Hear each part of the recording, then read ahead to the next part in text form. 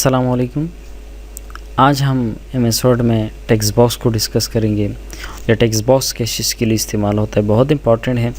देखिए, अगर for example मैं एक शेप यहाँ से ड्रॉ कर दूँ, मैं इस पर कुछ टेक्स्ट लिखना चाहता हूँ तो सिंपल है, इस पर राइट क्लिक करके ऐड टेक्स्ट कर दें।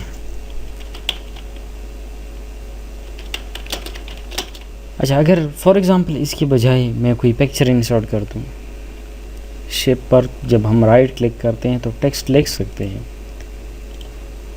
इसके अलावा अगर हमारे पास कोई पिक्चर हो, ये पिक्चर है, अब इस पिक्चर पे अगर मैं राइट क्लिक कर दूं तो इसके लिए वो टेक्स्ट का ऑप्शन नहीं है कि मैं इस पे टेक्स्ट कैसे लिख दूँगा। तो इसके लिए हम बे टेक्स्ट बॉक्स का इस्तेमाल करते हैं। यहाँ पे जाते, ये तो हमारे पास सैम्पल्स मौजूद है यहाँ पे, लेकिन हम ड्रा टेक्स्ट बॉक्स पे क्लिक करते हैं। यहाँ पे क्लिक करके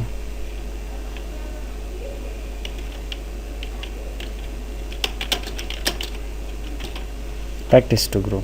देखिए, अब इसका आपने क्या करना है, अगर आप इसका फिल कलर ख़त्म करना चाहते हैं, फिल कलर हम ख़त्म कर दें, नो फिल, और इसकी बॉर्डर्स भी आप लोगों को नज़र आ रही है, ये आउटलाइन भी ख़त्म कर दें, नो आउटलाइन। टेक्स्ट को सिलेक्ट करके अगर आपने कोई फॉर्मेटिंग वगैरह देनी है इसको, तो आप फॉर्मेटिंग वगैरह भी दे सकते हो।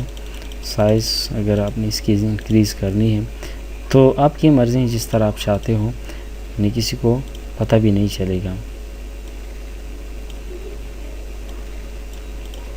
ये देखिए, आप इस तरह टेक्स्ट बॉक्स का इस्तेमाल कर सकते हैं।